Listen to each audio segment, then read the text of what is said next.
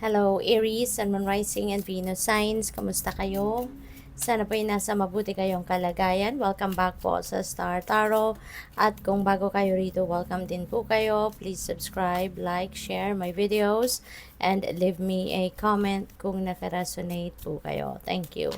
Tignan natin kung ano yung mga messages ni Aries for today. Teach, inspire others, and let nature be your greatest teacher. Ayan. So, baka ang iba sa inyo dito, Aries, kayo ay isang guro talaga, no? O pwedeng kayo ay academic teacher, or po pwedeng kayo ay spiritual teacher, spiritual guide, maaring kayo ay isang counselor, life coach, mga ganon, no? Or motivational speaker, yung ganyan. At kayo ay nag-share ng or nag-i-impart kayo ng knowledge ninyo, nag-share kayo, ng inyong mga kaalaman, whether that is your wisdom or your life lessons learned, 'di ba, in the past, or whether that is pinag-aralan din ninyo, you are here, and sharing your knowledge with other people. Kaya good for you. We have risk, learn to grow wherever you are planted. Okay?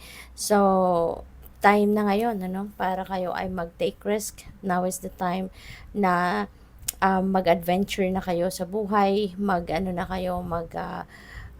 na kayong lakasan ang inyong loob, at matutong lumaban sa buhay, yung gano'n, wag lang kayong sisilong sa comfort zone niyo, but now is the time that um, you need to be courageous enough na harapin ang iba't ibang klaseng mga bagay or sitwasyon, even if it's going to ask you to go outside of your comfort zone, no? Sa ngayon, kumbaga, siguro mapipilitan na din kayo na mag-take risk, na mag-gamble, kumbaga, no? What else?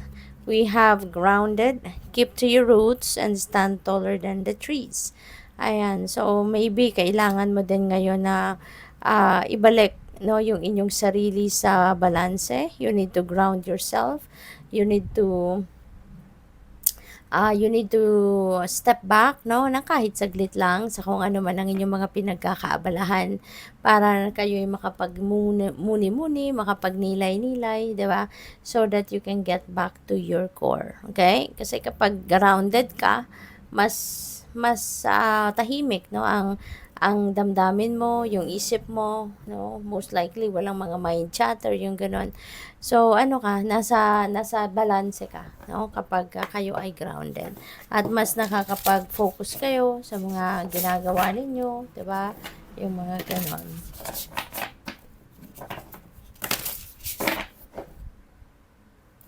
So tignan natin kung ano pa ang mga messages para sa iyo. For now, we have seeing beyond. Wow, Aries. Yung psychic abilities ninyo will be heightened, will be on point. Yung third eye ninyo, bukas na bukas. So, maano kayo ngayon, malakas ang inyong radar, malakas ang inyong receptivity, at mabilis ninyong mapipick up ngayon yung mga gabay sa'yo ng Divine Universe.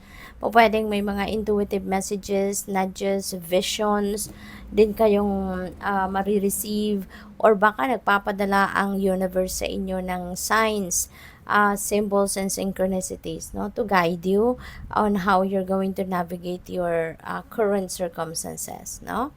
Kaya pay attention kayo dyan.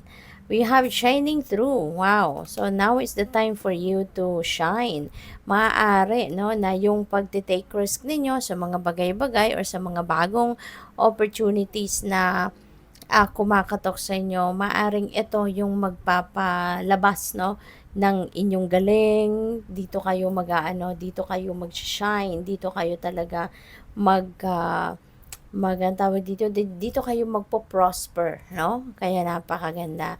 Siguro this time may share mo din dito yung mga talents mo, skills mo, gifts mo, yung ganon. Kung ano yung mga capabilities mo, maybe will be tawag dito, will be displayed, kumbaga, no? At mawi-witness yan ng maraming tao. It is what it is. Alright? So, panawagan din ito sa inyo na kung ano ang mga nangyayari, ano ang mga nag-unfold sa buhay ninyo, it is what it is. Yun ang nakatakda, no, na mangyari. Yun ang nakatakdang mag-unfold sa buhay ninyo, kaya wag na nating questionin, no? Kung ano man ang mga nangyayari, wag na nating questionin yan, wag na nating hanapan ng justification, wag na nating hanapan ng rason, wag na nating hanapan ng paliwanag, kumbaga, bakit ito nangyayari, yung ganon. It is what it is, you know, whatever it is that is unfolding sa buhay ninyo, maaari yun talaga ang nakaplano para sa'yo. Alright?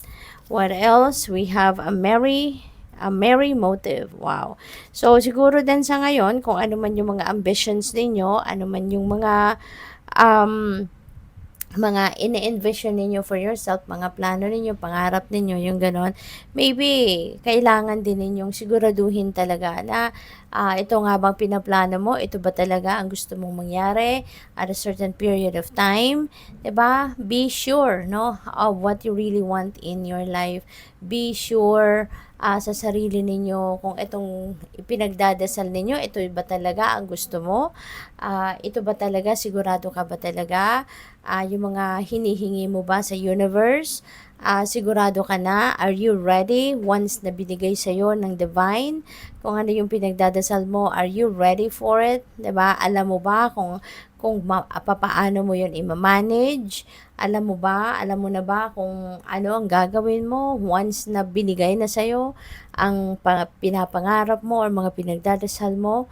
So, it feels like to me na the universe wants you to make sure, no, maging sigurado ka sa kung ano tong inaambisyon mo, maging sigurado ka sa kung ano tong minimithi mo, ipinagdadasal mo, kasi maybe the universe is ready, you know, to make things happen for you, pero gusto niyang masiguro na yung hinihingi mo, yun talaga ang gusto mong mangyari. Okay? So, maybe this is the time that you need to do some kind of contemplation, reflection, and ask yourself, is it really what you want? Okay? Kasi feeling ko nakahanda ng universe na ibigay ito sa'yo. So, good luck po. Thank you for watching Love and Light. Namaste.